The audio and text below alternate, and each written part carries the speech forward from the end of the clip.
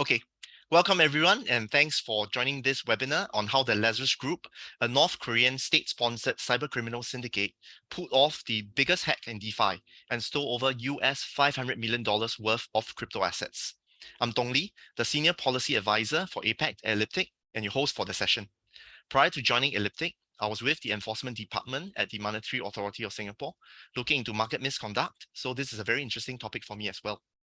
Joining me today is Jess, the crypto research lead at Elliptic, who will retrace the steps the hackers took to breach the Ronin network and how they managed to launder the stolen crypto through various means. This is obviously a subject of great interest for us at Elliptic. For those of you who are less familiar with our work, Elliptic is a blockchain analytics company, and we count among our many customers law enforcement agencies, regulators, and investigation firms that use our solutions to trace such illicit proceeds for enforcement actions and asset recovery. We also help virtual asset service providers, or VASPs, financial institutions, and other businesses to mitigate their money laundering and terrorism financing risks due to either direct or indirect exposure to crypto. Before we move on to the exciting presentation that Jess has prepared, allow me to give a brief overview of DeFi, or decentralized finance, and why it is increasingly targeted by malicious actors. So what is DeFi? At its core, DeFi represents an innovative attempt to disrupt the traditional financial, or TradFi sector using blockchain or distributed ledger technology. It disintermediates activities normally conducted by centralized institutions such as banks, and instead uses software or applications known as dApps to deliver financial services. Paradoxically though, the rise of DeFi has also caught the attention of major financial institutions, which are increasingly exploring how they can leverage DeFi themselves to bring new innovative products and services to their own customers. What is it about DeFi that has led to such great interest from both participants within the crypto space as well across the broader financial sector? It offers three main benefits. First, security. Users control their crypto assets fully, which can only be moved according to rules and coded within smart contracts without relying on third-party intermediaries, which reduces the risk of fraud or other loss of assets by centralized custodians. Second, innovation and choice. Anyone with programming skills can build a dApp and instantly offer financial services to anyone with an internet connection, including many unbanked with no access to such offerings. The use of open source code also allows the forking of projects so developers can build on existing work rather than starting from scratch. Third, composability, or otherwise known as the money Lego concept, where existing dApps can be combined to create new and more sophisticated financial services. For example, an asset management dApp can dynamically reallocate assets to other dApps for spot trading, derivatives, and credit in order to maximize yields. Popular examples of dApps include decentralized exchanges or DEXs, stablecoins, and lending platforms. DeFi has seen explosive growth in the past year and a half. At its height, more than 240 billion US dollars was locked or deposited in DeFi services, which represents a year-on-year increase of more than 1,500%. A month ago, Uniswap, one of the most popular DEXs, surpassed $1 trillion its lifetime cumulative trading volume of transactions using its smart contracts. This shows that some of the largest DeFi services are rivaling major centralized crypto services in terms of the scale of businesses they can actually facilitate. DeFi's popularity has also caused many supranational organizations to sit up and take notice, as you can see by the two images here. In March, the International Organization for Securities Commissions, or IOSCO, published a report on the risks and opportunities posed by the growth of DeFi. In May, the Organization for the Economic Cooperation and Development, or OECD, published a report about the intersection between DeFi and TradFi and how financial institutions are approaching the DeFi space. However, with increasing concentration of value in DeFi services comes significant financial crime risks, as DeFi becomes a tempting target for hackers and other cybercriminals. Due to its deep liquidity, DeFi is also being increasingly used to launder proceeds for crimes such as ransomware and hacks of centralized exchanges. Such exploitation of DeFi for illicit activities is what we at Elliptic refer to as D-crime. To a large extent, D-crime arises because of the relative immaturity of the underlying technology for many D-apps. While DeFi is designed to be trustless, users must still trust that the creators have not intentionally created backdoors in DeFi protocols to steal their funds in fraudulent schemes known as DeFi exit scams or rug pulls. The open source nature of DeFi codes allows criminals to more easily exploit bugs in a smart contract that can result in the loss of users' funds. For example, evil contracts that trick a smart contract into granting illegal access or permission to liquidity pools, which they can then drain for their own nefarious purposes. As DApps build on one another, errors in the design of a DeFi service rather than actual code may lead to unintended loopholes and cascading results that allow malicious users to secure profits at the expense of others. These are activities known as economic exploits. Finally, some DApps have admin keys that allow trusted individuals to update the underlying smart contracts or manage crypto asset reserves. When such a key is used to steal funds from DApps, it is known as an admin key exploit. So as a result of all these malicious or criminal interests, hacks, thefts, and other cyber criminals and cyber crimes have occurred more frequently on DeFi platforms. We estimate that DeFi users lost more than US $10.5 billion in 2021 as compared to the year before, which is basically US 1.5 billion in 2020, with losses accelerating this year. In fact, 3 of the largest DeFi hacks in history have occurred in the past year alone.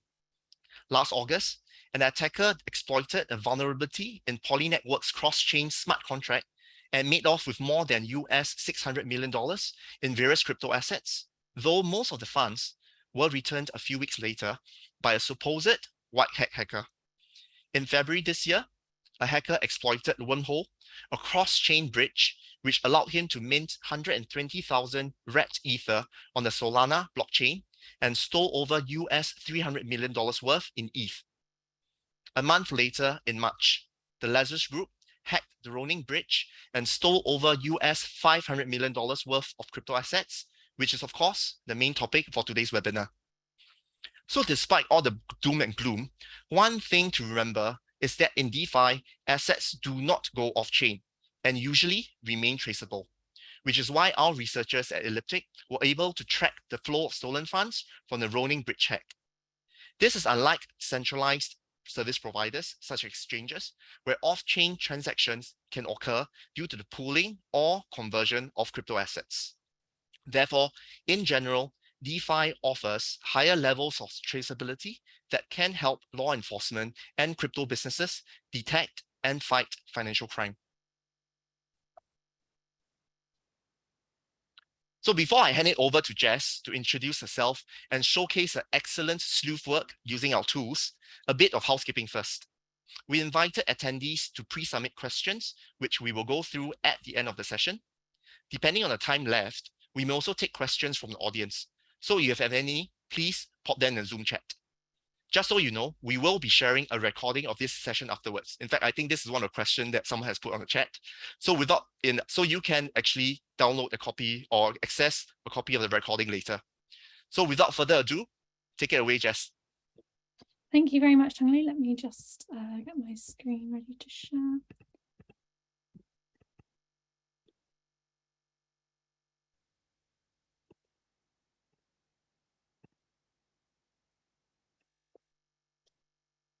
Okay, Tongli, could you give me a quick thumbs up if you can see the presentation? Brilliant. Okay, hello everyone, welcome to today's webinar. I am Jess. As Tongli says, I'm the research lead here at Elliptic. So my team is broadly responsible for being aware of all illicit uses of cryptocurrency, and that ranges from everything from darknet markets, ransomware, terrorism financing, all the way to hacks, frauds, and thefts, which will be the focus of today's investigation. So let's take a dive into the Ronin bridge hack. So before we start looking at tracing the flow of funds, it's important to understand who the key players are in this hack. So we have Sky Mavis to start with. So Sky Mavis are the developers of the Axie Infinity game. Sky Mavis are based in the Asia Pacific region, and they have offices in Vietnam and Singapore. So as we said, Sky Mavis developed Axie Infinity. This is an NFT-based play-to-earn game, which was inspired by earlier games such as Pokemon and Tamagotchi, and essentially users can earn tokens by breeding, raising, and trading their Axie characters. This is a blockchain-based game. So when Sky Mavis first launched Axie Infinity, it was launched on this Ethereum sidechain called Loom, and part of it also took place on Ethereum blockchain itself. However, at one point, Sky Mavis needed to move this away from Loom. That's because Loom took like a slightly different focus and started looking at supporting more like enterprise type customers instead. So obviously the most obvious option is to run it entirely on Ethereum. However, due to the slow transaction times and the high gas fees, that just wasn't possible in order to support a game with such intensive needs such as Axie Infinity. And as a result, Sky Mavis decided to create their own Ethereum sidechain, and they called that the Ronin network. So Ronin operates slightly differently to other blockchains. So unlike Bitcoin, which operates on a proof of work system, Ronin operates on what's called a proof of authority model. And what this means is that chosen and trusted members of the community are picked to act as validator nodes. And they have the approval to approve deposit or withdrawal events. So when creating this network, Sky Mavis decided to create 9 validator nodes. And, in comparison to Ethereum, which has hundreds of thousands, you can see that's a very, very low number, and it wasn't a particularly decentralized system. So of these 9 validator nodes, 4 of them were actually controlled by Sky Mavis themselves, with the remainder controlled by various entities, including the Axie DAO. The reason why such a low number of validator nodes was chosen is in order to just speed up the transaction times, essentially. So in order to allow users to move funds from the Ethereum blockchain to the Ronin network, they created this bridge called the Ronin bridge. And essentially, as we said, the purpose of that is to allow users to move ETH or USDC or other tokens across onto Ronin. So these are kind of the key entities involved in this particular instance.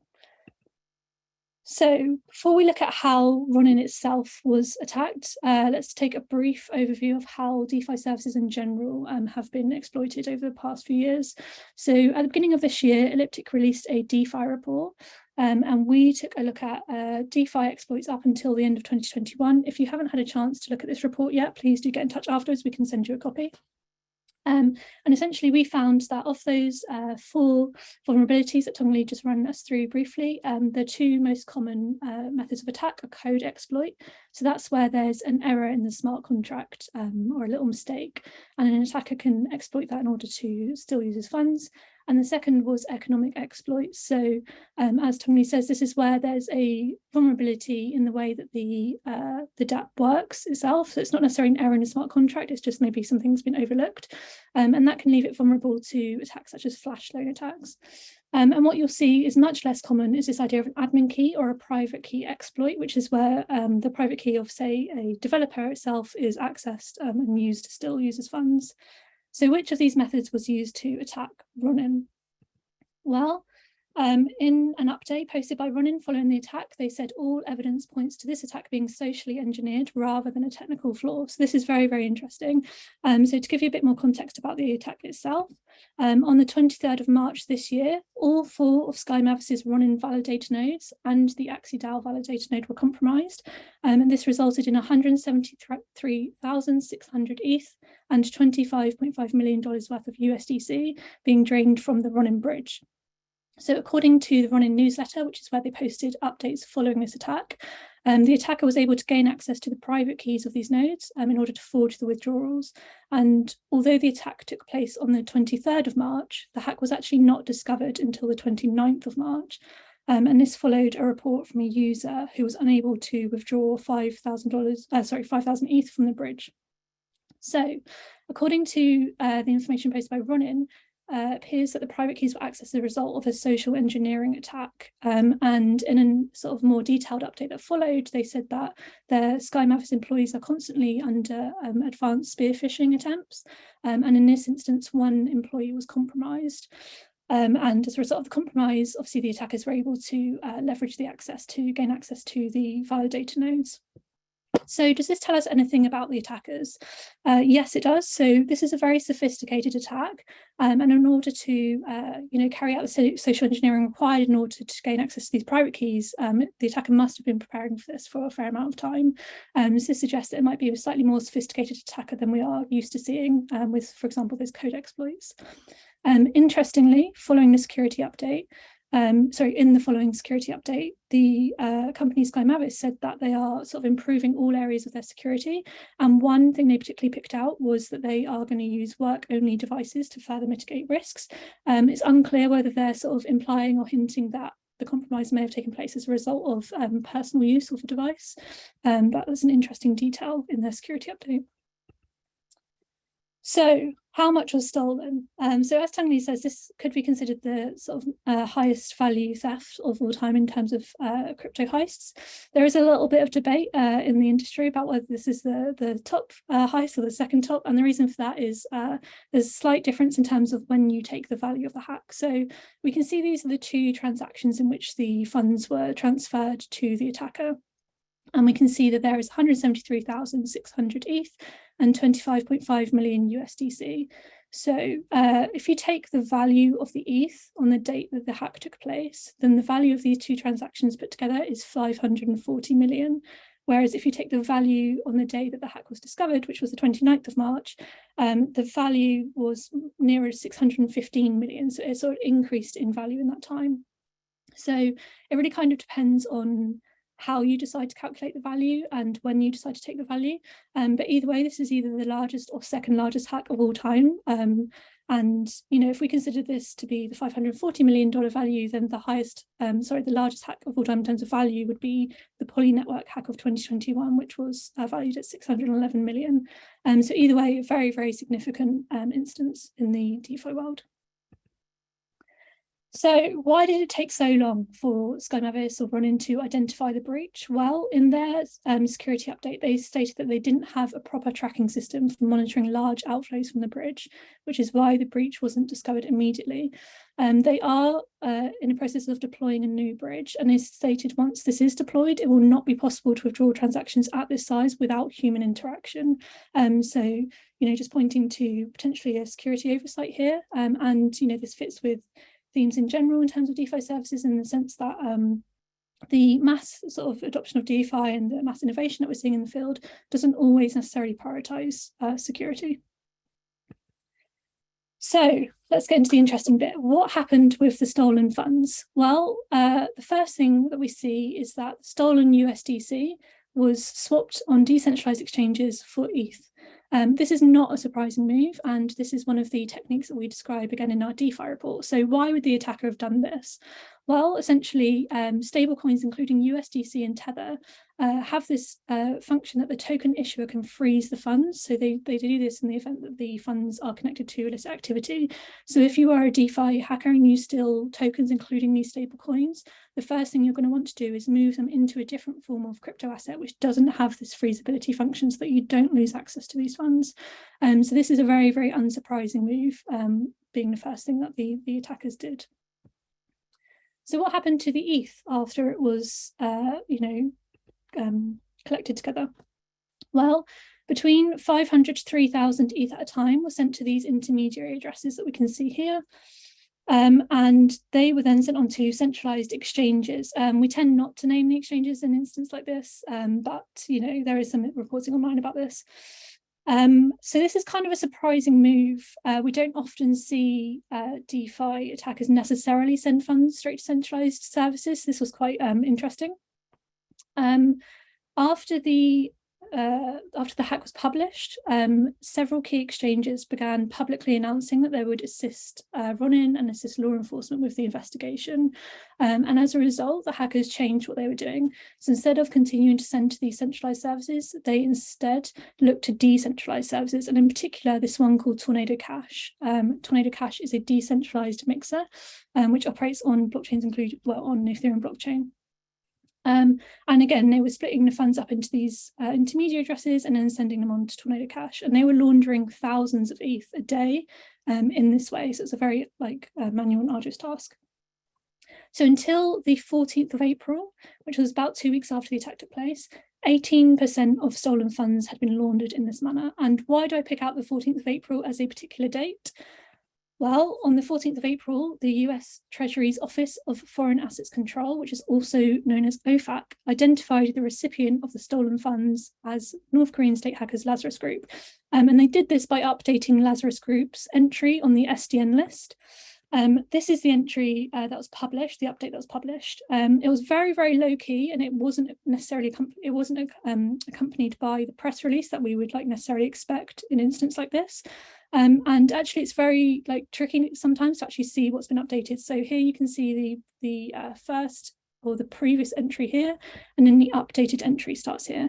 And you might be able to see that the only thing that's changed is that they've added this ETH address. And this ETH address was the recipient of the stolen Ronin funds. So in this way, OFAC essentially had attributed this hack to Lazarus Group. So what do we know about Lazarus Group? Well, if you Google recent activity, what you will see is tons of articles in which, which detail that Lazarus Group are actively targeting the cryptocurrency industry. So Lazarus Group are essentially a North Korean cybercrime group, which are believed to be supported and run by the North Korean government. Since 2017, their attention has turned to stealing cryptocurrency as a way of accessing funds whilst the state faces international sanctions.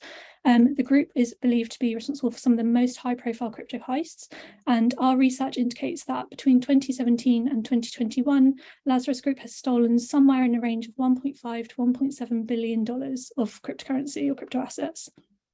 The attribution of this hack to Lazarus Group was actually slightly unsurprising. And the reason for that is if you sort of monitor the attacks that they do and the methods that they use, you could see some key red flags quite soon to indicate that Ronin had been hacked by Lazarus Group. So those include that the victim was based in the Asia Pacific region, and also that social engineering was used to access private keys. And those are two common features of Lazarus attacks. So interestingly, one day after OFAC publicly attributed the Ronin hack to Lazarus Group, so on the 15th of April, Tornado Cash, that decentralized mixer, announced that it would start blocking sanctioned addresses from accessing its DApp. And the reasoning they gave for this was that maintaining financial privacy is essential to preserving our freedom. However, it should not come at the cost of non-compliance. So this is pretty interesting. It indicates that dApps such as Tornado Cash are able to implement sanctions and compliance requirements. However, they are only blocking funds that have come directly from sanctioned addresses. So this is where we were previously on the 14th of April. So what did Lazarus Group do next? Well, over the next few days, their laundering massively ramped up. So we discussed previously how they were laundering 500 to 3,000 ETH at a time. Now, following this, they start laundering 20,000 ETH at a time. And they're continuing to split the funds into these intermediary addresses and send them through Tornado Cash. So in an attempt to stop this, on the 22nd of April, OFAC released further sanctions against these intermediary addresses in red that Lazarus Group were using.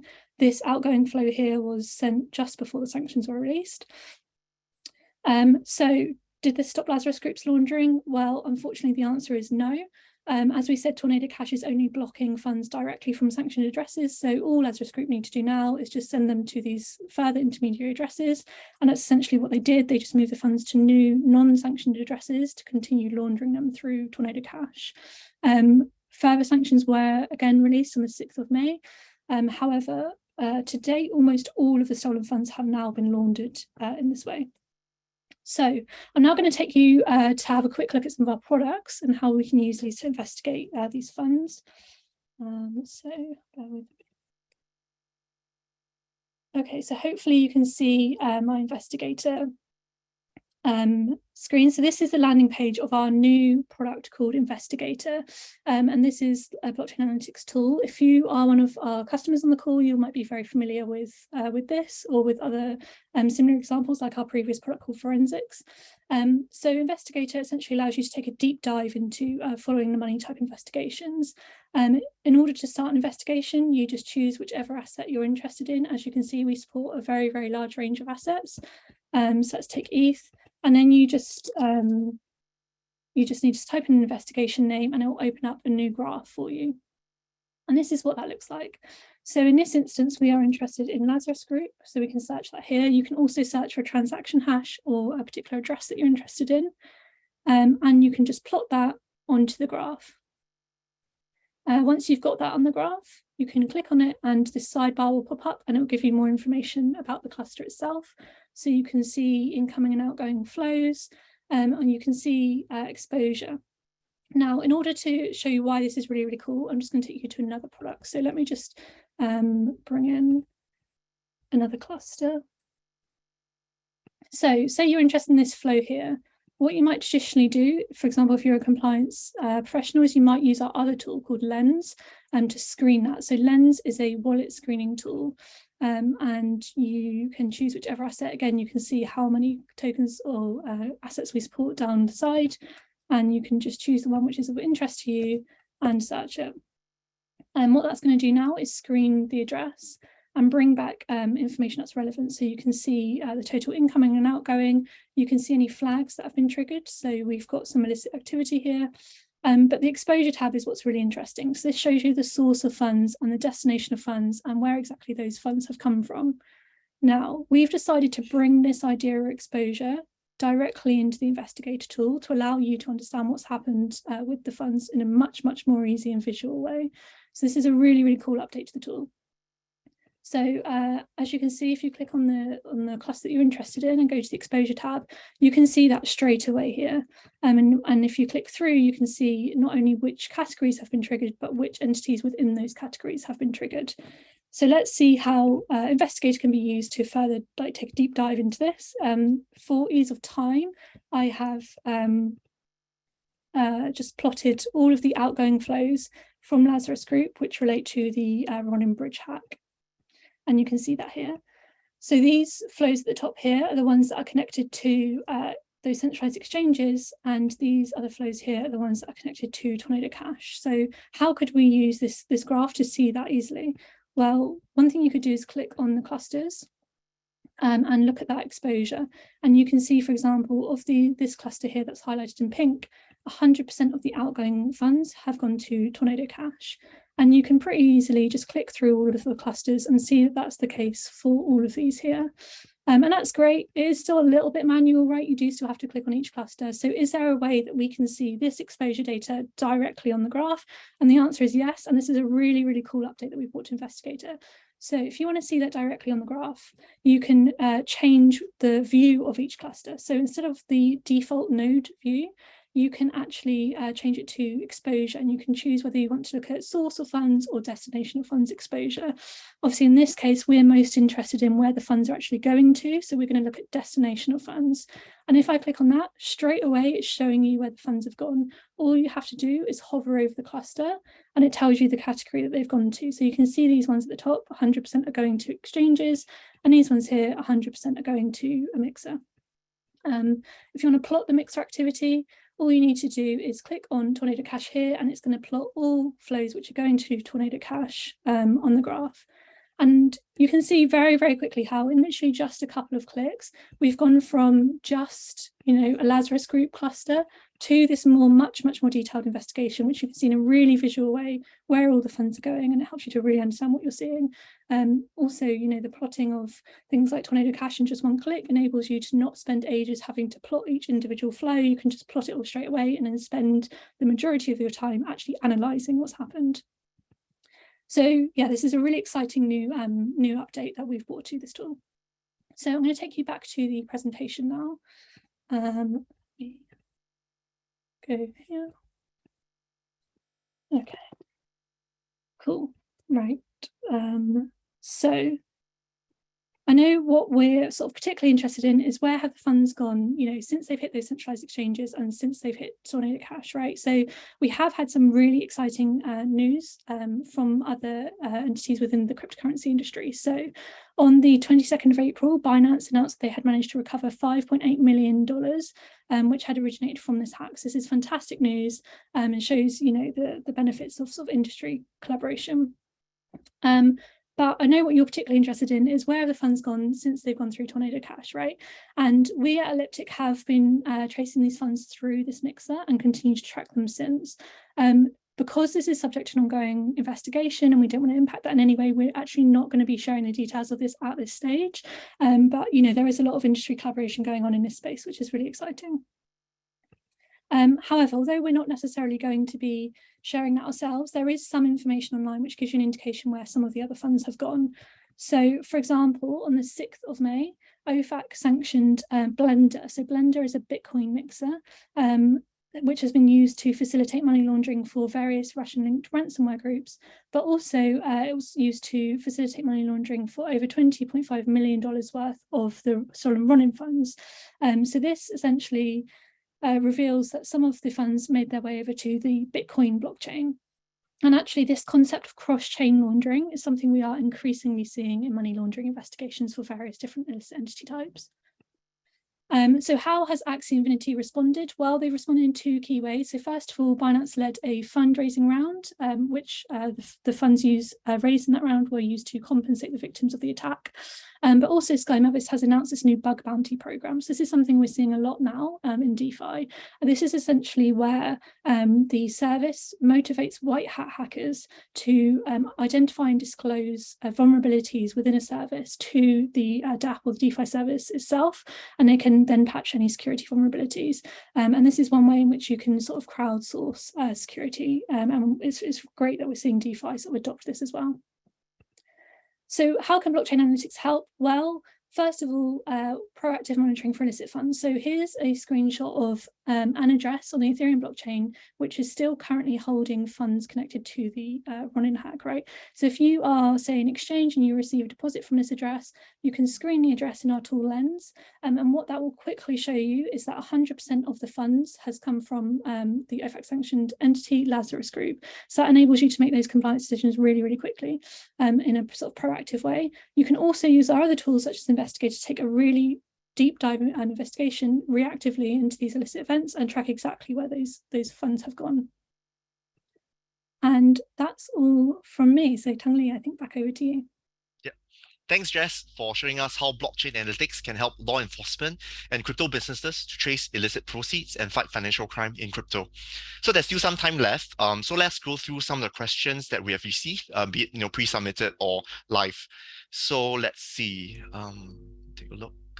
Yeah, okay. So first off, Jess, there's a question for you, which I believe is on everyone's minds after your presentation. There have been a high number of, relatively high profile attacks on bridges this year. Why do you think are bridges particularly vulnerable? Yeah, that's definitely true. So there have been notable attacks on bridges, including like Wormhole, obviously Ronin. There's a couple of reasons why bridges themselves are more targeted. So that could include, for example, a lack of decentralization. So as we saw with the Ronin hack, there were only 9 validated nodes, and only 5 of those needed to be compromised in order to attack the network itself. So it doesn't have that benefit of decentralization like blockchains like Bitcoin and Ethereum themselves. There's also, a focus on, the liquidity. So any service which holds huge amounts of liquidity is going to be a target for attackers. And we know the way that bridges operate is that in order to move funds from one network or blockchain to another network or blockchain, you essentially lock your funds on one chain and unlock them on the other. So these bridges need to have locked in like very high, stores of liquidity, which means they will be targeted. And further, like the final point I would say is that when we see these like mass development of innovation in the DeFi space or in other spaces, one thing that sometimes doesn't get so much of a focus is security. And we, from Ronin, for example, we can see the security updates they're implementing now are very, very wide ranging. They're auditing, they've got this bug bounty program, but none of that existed before they were attacked. So there's not necessarily always the focus on security prior to attacks that there maybe should be. Okay, thanks, Jess. So I know you mentioned that some of the information is still quite confidential because we're helping law enforcement agency and so on. But for this Ronin bridge hack itself, have all of the hack funds been cashed out, or are they still sitting somewhere on a private wallet somewhere? Yes. Okay. Yeah. Sure. So on the Ethereum blockchain, so what we can see is that the funds that have so we saw funds that are going to centralized services like exchanges and also decentralized services like Tornado Cash. Actually, not all of the stolen ETH has made its way to either of those yet. So there are still like Ether sat in these various intermediary wallets. It seems like one of the reasons for that is because the hackers were favoring the 100 ETH Tornado Cash contracts. So they wanted to launder 100 ETH at a time. So in each of these wallets, there's a little bit left over, ranging from like 1 ETH to, I think one of them has like 73 ETH left in it. So there are still these intermediary addresses that are holding the stolen ETH. I think at the last time I checked, it was around 600,000 US dollars worth. So yeah, there are definitely still funds that haven't been mixed or cashed out yet. Okay, so another question for you, Jess, from the audience. What does this case tell us about the success of sanctions in incidents like this? Yes, this is a good question. So we obviously saw OFAC trying to keep up with the laundering activity by sanctioning those addresses in order to prevent them being mixed through Tornado Cash. Unfortunately, it wasn't overly successful in this case. The reason for that being, obviously, all that required was to move the funds into a next address and then move that into Tornado Cash. And also for an organization like OFAC to keep up with that, it would be like a constant monitoring and constant releasing of new sanctions, which just isn't very practical in situations like this. And what it kind of suggests is that what might be more successful is increasing regulatory pressure on services like Tornado Cash. So we see that they can implement, for example, sanctions compliance. An increase in pressure on those kind of services might result in sort of better results. And actually at Elliptic, we expect DeFi service regulation to be like a hot topic for the remainder of this year.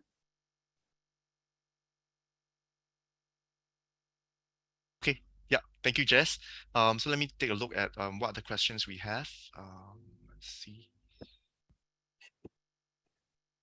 Yes, okay. So yeah, we also actually received I guess it's a good bridge from what you mentioned earlier. We have received also a few questions about DeFi in general in terms of regulation. So maybe let me address them. So I think the first question is about the regulation of DeFi. So given DeFi's potential flaws that expose users' risks in relation to cybersecurity, illicit finance, and financial crime, what are regulators doing about it? Okay, so thanks to the person who posed this question. So to be honest, DeFi presents a number of significant challenges for regulators, as it is a space that is, at least in theory, quite hostile to the concept of regulation, or doesn't seem to fit within the existing regulatory frameworks. So as a result, the regulatory landscape for DeFi has been largely ill-defined.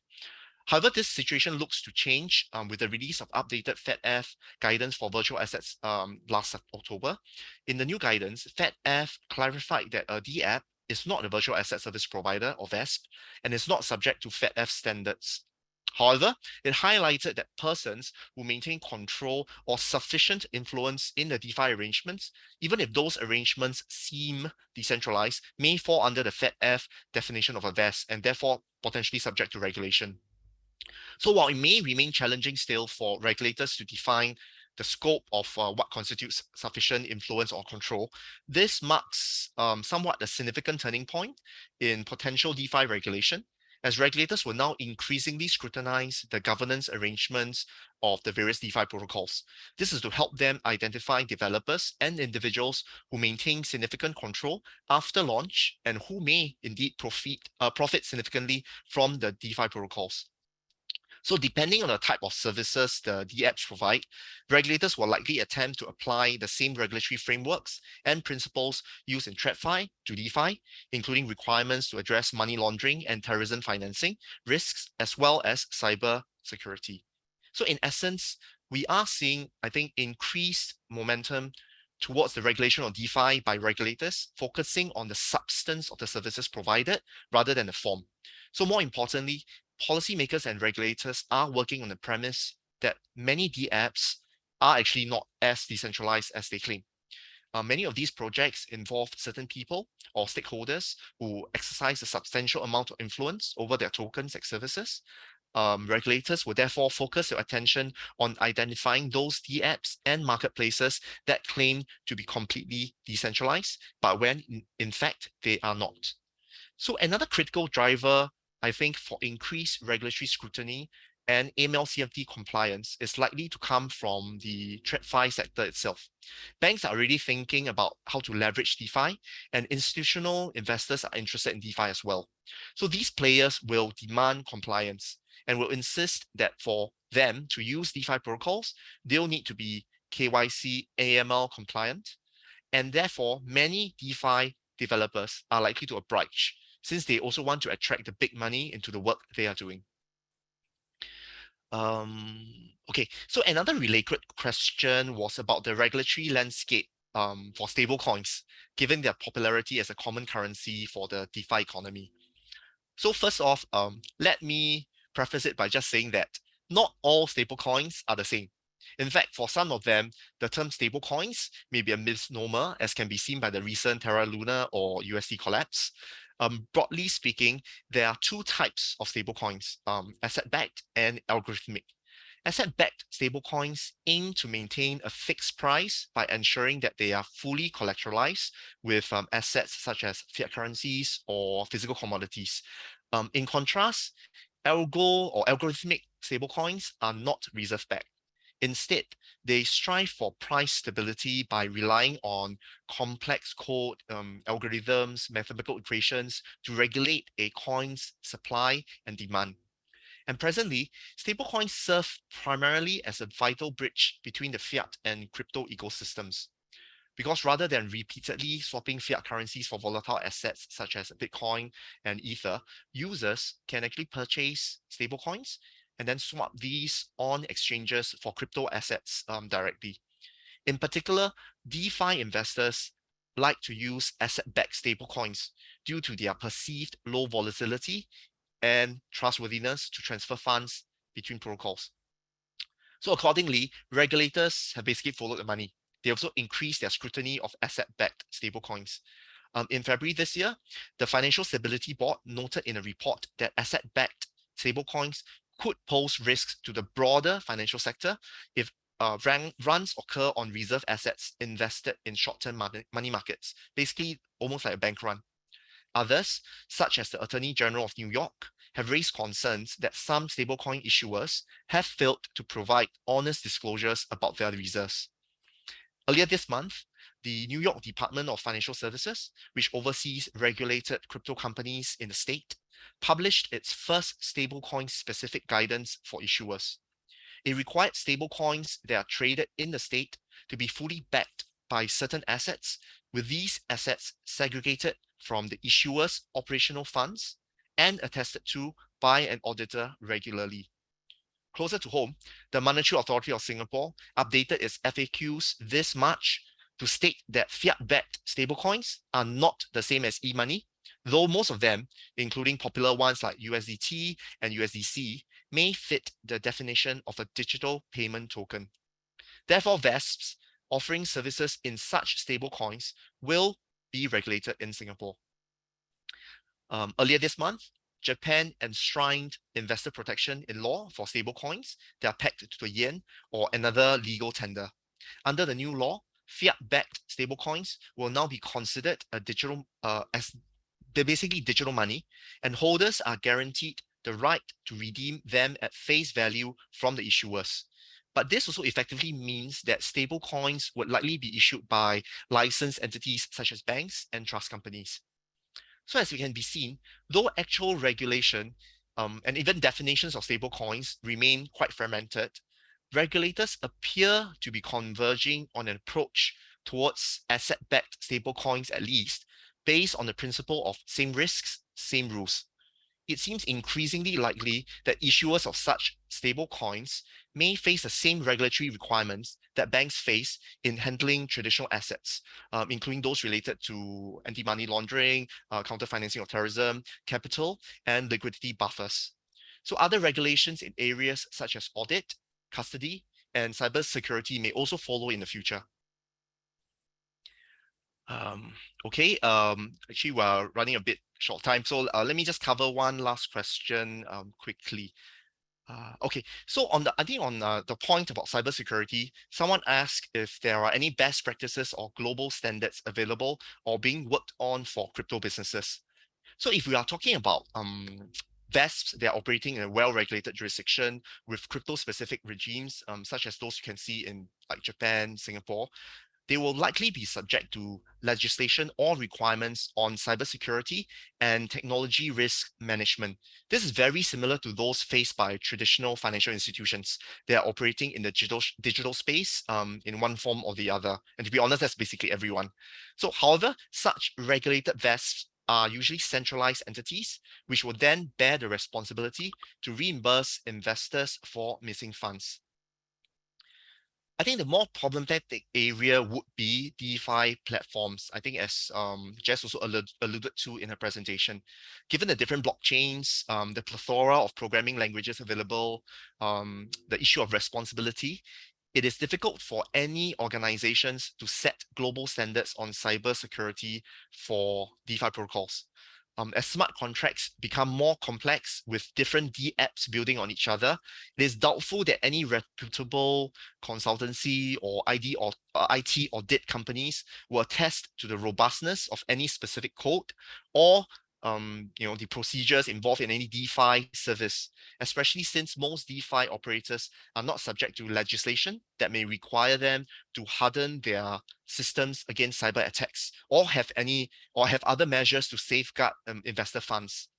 As a result, I think at least for now, it is really a case of caveat emptor for DeFi users who must trust that the DeFi services they are using have sufficient safeguards in place to mitigate cyber risks or enough reserves to refund investors.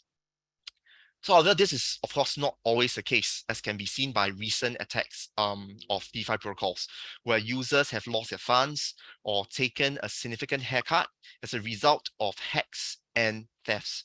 This is also the same predicament faced by users of unregulated centralized exchanges, which points to the importance of investors basically doing their homework and choosing to transact only with highly regulated businesses in well-regarded jurisdictions that will offer them a degree of consumer protection in the event of any unfortunate incidents, cyber attacks and hacks. Okay, let me check the time. Yes. Okay. So I think we are coming up to the end of the session. So we definitely want to thank everyone for taking time to attend this webinar, and we definitely hope that it has been helpful to you and helped answer some of your questions on the recent Ronin bridge hack. If you have any feedback for any of for our session today, or on ideas on topics for future sessions that you would like to listen to, please feel free to email us at marketing@elliptic.co. Once again, thanks for your attention and hope to see you again next time.